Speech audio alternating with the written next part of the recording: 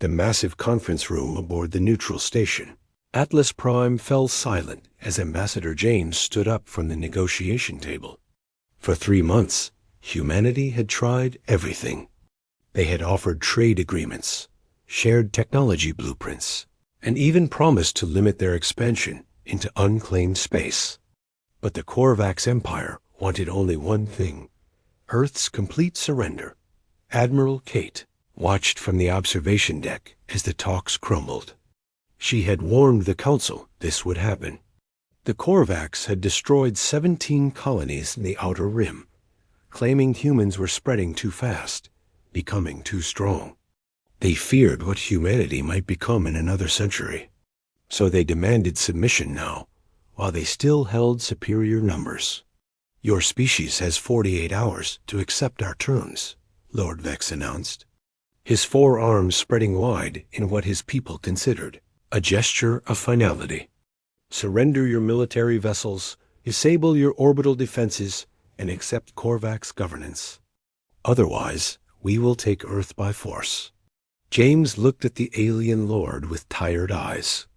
Humanity had fled Earth once before, centuries ago, when climate change nearly destroyed their home.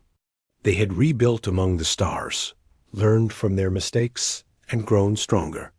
They would not kneel now. "Lord Vex," James said calmly, "humanity has a saying: we prefer dangerous freedom over peaceful slavery. You have our answer." The human delegation walked out together, their footsteps echoing through the corridor. Behind them, the Korvax representatives hissed in anger. They had expected humans to break, to choose survival over pride. They did not understand that humans had learned something important in their journey to the stars. Sometimes, you must fight for the right to exist on your own terms. Admiral Kate met them at the docking bay. Her face was grim but determined. "How long do we have?" 48 hours, James replied. "Though I doubt they'll wait that long." Kate nodded and activated her communicator. "All ships, this is Admiral Kate. Peace talks have failed. Execute Protocol 7. The fleet launches in 6 hours." Across human space, the message spread like wildfire. On Mars, the shipyards powered up their massive construction bays. On the moon colonies, pilots ran to their fighters. On Earth itself, billions of humans looked up at the sky, knowing that their fate would soon be decided among the stars. The Korvax had made a critical error. They had judged humanity by their small colony holdings, their modest fleet of 200 ships, their relatively recent arrival to space travel. They had not considered what humans could do when truly threatened. They had not studied human history, how they had survived ice ages, plagues, wars, and near extinction. They had not understood that humans had spent the last 50 years not just exploring space, but preparing for this exact moment. In the hidden asteroid bases scattered throughout the system, lights began to flicker on. Massive doors, sealed for decades, slowly opened to reveal humanity's true fleet, not 200 ships, but 2,000. Each vessel was built in secret, using technology reverse-engineered from a dozen different alien races. Combined with humanity's own innovations, Captain Tom stood on the bridge of the battleship Defiance, watching his crew prepare for war. They were young, most of them trained in simulations but never tested in real combat. But he saw no fear in their eyes, only determination. They knew what they were fighting for. Not conquest, not glory, but the simple right to exist as free beings in the universe. "Sir," his communications officer called out, "we're receiving signals from all hidden fleets. 2,107 ships report ready for combat." Tom smiled grimly. The Korvax fleet numbered 3,000 ships, but they were scattered across their empire, confident in their superiority. They would never expect humanity to strike first, to bring the war to them. That was another thing aliens never seemed to understand about humans. When cornered, they didn't just defend. They attacked. "Send word to Admiral Kate," Tom ordered. The Defiance battle group is ready. We await her command. As the hours ticked by, human space transformed into a massive war machine. The peace they had tried so hard to maintain was over. Now, the galaxy would learn why humans had survived everything the universe had thrown at them. They would learn why humanity's ancestors had once called themselves persistence hunters. The hunt was about to begin. Admiral Kate stood in the command center of humanity's flagship, the Earth's Vengeance. Around her, dozens of officers worked at their stations, coordinating the largest military operation in human history.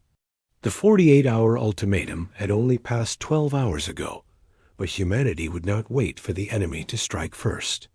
"All battle groups report ready, Admiral," Commander Alex announced. "Operation Lightning Storm is prepared to launch." Kate studied the holographic map floating before her. The Korvax Empire controlled 37 systems, but their forces were spread thin, confident that no species would dare attack them directly. They were about to learn how wrong they were. "Launch the first wave." Kate commanded. In 7 different systems simultaneously, human fleets emerged from hyperspace. The Korvax had expected humanity to defend Earth, to huddle behind their defenses and wait for the inevitable assault. Instead, human ships appeared at the edges of Korvax mining colonies. Supply stations and communication relays. Captain Maria led the assault on the Korvax supply depot at Nexus Point. Her squadron of 30 ships faced only 10 Korvax defenders, who scrambled to respond to the unexpected attack. The Korvax ships were larger, their shields stronger, but humans had spent years studying captured Korvax technology. They knew every weakness. "Target their shield generators," Maria ordered. "Fire missiles at these exact coordinates." The human ships moved like a wolf pack, coordinating their attacks with precision. Where Korvax tactics relied on individual ship superiority, humans used teamwork. 3 smaller human destroyers would harass a Korvax cruiser from different angles, forcing it to split its shield power, while a 4th ship delivered the killing blow. Within an hour, Nexus Point was in ruins. The supply depot that fed 3 Korvax fleets was nothing but floating debris. Maria's squadron had lost only 2 ships, while destroying the entire enemy force. Similar victories played out across Korvax space. Captain David's fleet ambushed a Korvax patrol group near their research station on Prime 7. The station had been developing new weapons to use against humanity. Now it was cosmic dust, along with 15 Korvax, warships that had tried to defend it. But the real surprise came at the Korvax military. Academy on Vorthan Prime. Captain Lisa's stealth squadron had spent 3 days hidden in the system's asteroid belt, waiting for the perfect moment. When they struck, they didn't just destroy ships, they captured them. Using specialized boarding pods developed in secret, human marines stormed 3 Korvax training vessels, taking them intact. Lieutenant Mike led one of the boarding teams. The Korvax cadets had never faced humans in close combat. They were taller, stronger, but humans had something the Korvax didn't understand: thousands of years of warfare evolution. Every human soldier moved with purpose, using tactics refined through countless generations of conflict. "Secure the bridge," Mike shouted as his team pushed through the corridor. The Korvax tried to resist, but human soldiers used flash grenades, smoke screens, and coordinated movements that left the aliens confused and overwhelmed. Within 6 hours of the operation's start, humanity had struck 15 different targets across Korvax space. Communication relays were destroyed, supply lines cut, and defensive stations eliminated. The Korvax Empire, which had ruled for 300 years, suddenly found itself blind and bleeding. Lord Vex received the reports in his throne room on the Korvax homeworld. His 4 hands trembled with rage as he read the casualty lists. In a single day, humans had destroyed more Korvax ships than had been lost in the past decade. How is this possible? He demanded from his military advisors. They had only 200 ships. It appears they had more, Lord Vex. His chief advisor, General Tor, replied nervously. Our intelligence was incomplete. The humans hid their true strength. Summon all fleets back to defend our core systems, Vex ordered.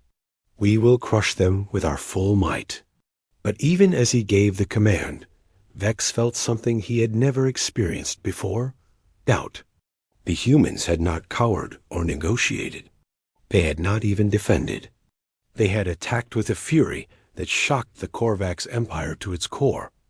Back on Earth's vengeance, Admiral Kate received the battle reports with grim satisfaction. Phase 1 was complete. The Korvax would now pull their fleets back, leaving their outer territories vulnerable. They would expect humanity to pause, to consolidate their gains. They were wrong. Begin Phase 2, Kate ordered. Send the message to all sleeper cells. It's time to show the galaxy what happens when you threaten humanity's survival. The real war was just beginning. Asterisk. While the Korvax Empire reeled from humanity's lightning strikes, something even more devastating was about to unfold. For 20 years, humans had not just been building secret fleets. They had been building something far more powerful: alliances. On the industrial world of Tarkin, worker Bob had spent 5 years pretending to be a simple mechanic in a Korvax weapons factory. He was actually Lieutenant Robert Chun, one of hundreds of human intelligence operatives scattered throughout the Empire. When his communicator buzzed with the coded message he'd been waiting for, he smiled. "It's time," he whispered to his fellow workers, members of the Zillan species who had been enslaved by the Korvax for 50 years. "Your freedom starts today." The Zillans had always been told they were too weak to resist, too scattered to unite. But Bob and other human operatives had spent years secretly organizing them, teaching them tactics, smuggling them weapons. Now, as Korvax forces rushed to defend against the human fleet, their slave worlds erupted in revolution. On Tarkin, Bob led 300 Zillan workers in taking over the weapons factory. They had memorized every security protocol, knew every guard rotation. When the uprising began, it took only minutes to overwhelm the surprised Korvax overseers. "Secure the armory," Bob commanded, as Zillans who had never held weapons before suddenly moved with trained precision. "Remember your training. Today, you take back your world." The same scene repeated across 17 different slave worlds. The Korvax had built their empire on the backs of conquered species, never imagining those species might work together. Humans had changed that. They had shown the enslaved races something the Korvax never offered. Hope. Captain Emma commanded. The stealth ship Ghost, positioned near the slave world of New Paradise. Her mission was to support the uprising with precision strikes. When the enslaved Malar species began their revolt, her ship destroyed the orbital defense platforms that would have been used to bombard the rebels. "Transmission incoming from the surface," her communications officer reported. "The Malar resistance has taken the capital. They're requesting medical supplies and food." "Deploy the supply pods," Emma ordered. Humanity had prepared for this too. They didn't just want to destroy the Korvax. They wanted to liberate their victims. Lord Vex watched in horror as reports flooded in from across his empire. Slave revolts, supported by human special forces and supply drops, were spreading like wildfire. Worlds that had provided resources for centuries were declaring independence. Even worse, some Korvax frontier colonies, seeing the Empire's weakness, were refusing to send their ships to defend the core worlds. "This is impossible," Vex roared. "Humans are newcomers to space. How could they orchestrate this?" General Tor had the answer, though he feared to speak it. "My lord, it appears humans studied our history. They learned how we conquered these worlds, and they offered the enslaved species something we never did: partnership instead of domination. The human strategy was brilliant in its simplicity. Where the Korvax ruled through fear, humans offered friendship. Where the Korvax demanded submission, humans promised equality. The message spread across the galaxy. Join humanity's coalition and fight for freedom. On the agricultural world of Greenfields, Overseer Dan watched as 10,000 Bethan workers surrounded the Korvax control center.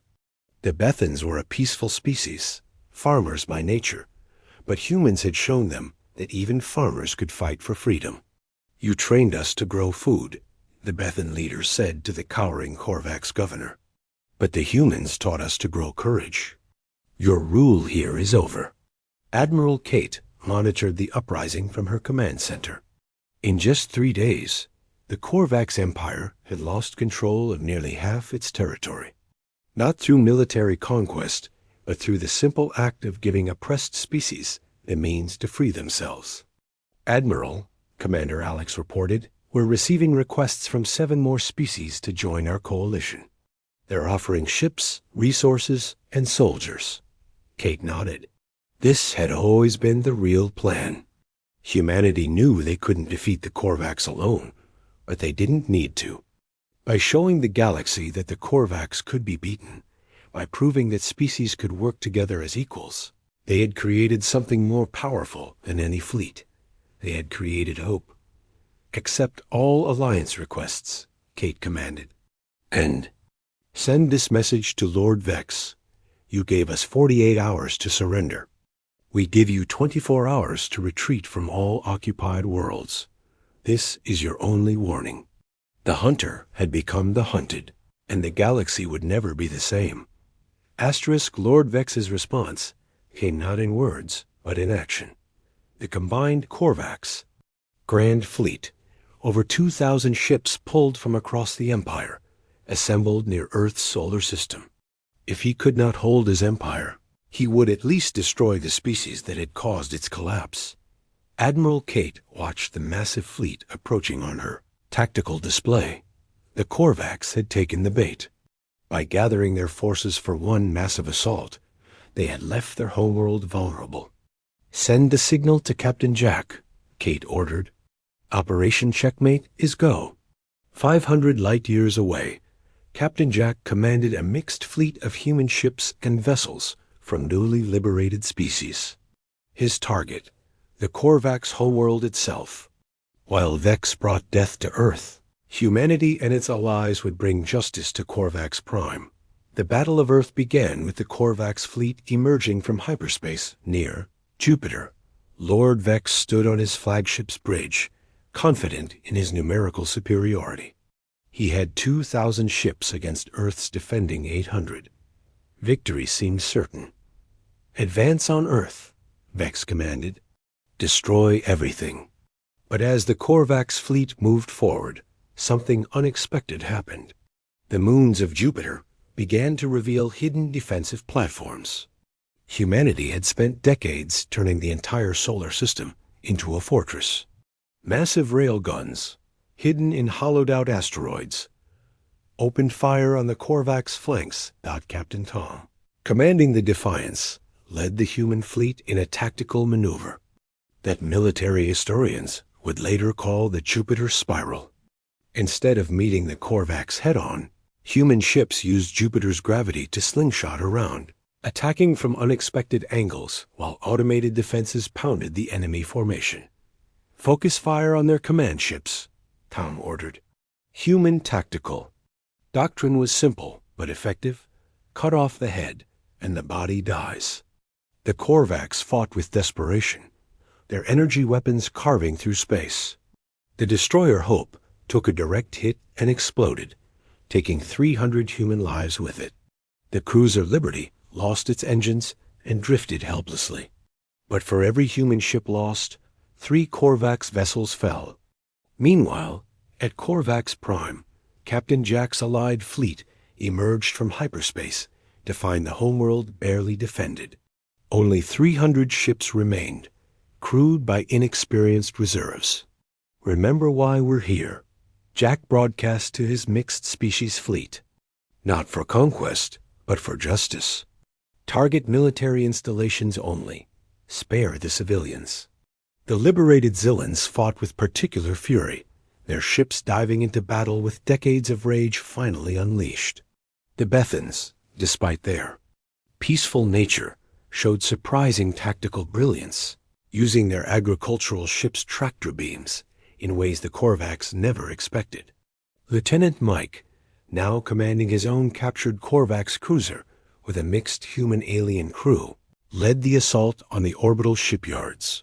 For freedom, he shouted, a cry taken up in a dozen different languages by his diverse crew. Back at Earth, the battle had reached its climax.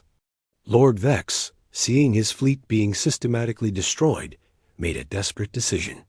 He ordered his flagship to ram Earth itself, planning to crack the planet like an egg. Admiral Kate had anticipated this. Execute final guard protocol, she commanded. From behind Earth's moon, humanity's secret weapon emerged, the Colossus, a ship so massive it had taken 20 years to build in secret. Its main gun, powered by an artificial black hole, could punch through any shield. Target the Korvax flagship, Kate ordered. Fire! The beam that lanced out from the Colossus was visible from Earth's surface, a pillar of light that struck Vex's flagship dead center. The massive Korvax vessel, pride of their fleet, simply ceased to exist, vaporized in an instant. Seeing their leader destroyed, watching their homeworld under assault, the remaining Korvax forces began to surrender. Some tried to flee, only to find human wolf packs waiting at every hyperspace exit point. The empire that had terrorized the galaxy for 3 centuries fell in just 3 days. General Tor, one of the few surviving Korvax leaders, transmitted the formal surrender. We yield to the human coalition. We ask only for mercy. Admiral Kate's response was broadcast across the galaxy. The Korvax Empire is dissolved. Each world will choose its own path. Those who enslaved others will face justice. Those who seek peace will find it. The age of empires is over. The age of cooperation begins. Captain Jack, standing on the bridge overlooking Korvax Prime, felt no joy in victory, only relief. The planet below would not be destroyed or occupied. Instead, it would be given a choice: join the galactic community as equals or remain isolated. The cycle of conquest and revenge would end here. 6 months after the fall of the Korvax Empire, the galaxy had transformed beyond recognition. The station Atlas Prime, where peace talks had failed, now hosted a very different gathering, the First Galactic Council. With representatives from 43 species. Ambassador James stood before the assembly, looking out at beings who just a year ago could never have imagined sitting as equals. Former slaves sat next to their liberators. Species that had hidden in fear now spoke with confidence. Even a delegation of reformed Korvax, led by General Tor, had been granted seats. We gather not as conquerors and conquered, James began, but as equals seeking a better future. Humanity learned long ago that diversity is not weakness, it is our greatest strength. The Council's first act was to establish the Galactic Defense Force, a mixed-species fleet that would protect all members from outside threats. Captain Tom was appointed as its first admiral, with officers from 15 different species serving under him. No single species will ever again dominate the others, Tom declared at his appointment ceremony. We stand together, or we fall separately. On the former slave world of Tarkin, Bob, who had returned to using his real name, Robert, helped establish the first interspecies technical university. Zillans, humans, Bethans, and even young Korvax studied side by side, sharing knowledge that had once been hoarded by the Empire. Knowledge belongs to everyone, Robert told his students. That's the human way, and now it's the galaxy's way. Captain Emma's ship, the Ghost, had been refitted as an exploration vessel.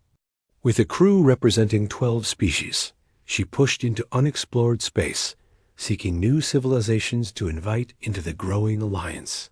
"We're not conquerors," Emma explained to her diverse crew. "We're explorers, diplomats, friends. When we meet new species, we offer them a hand, not a fist."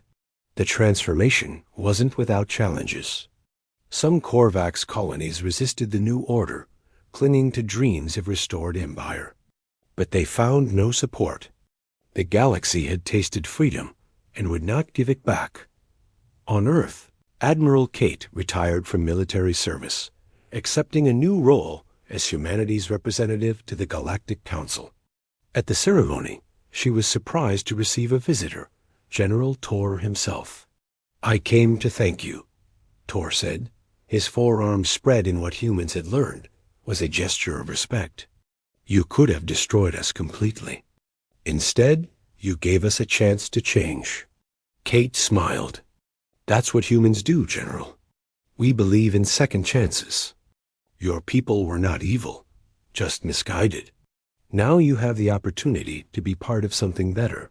The rebuilt Korvax homeworld had chosen democracy, electing Tor as their first president.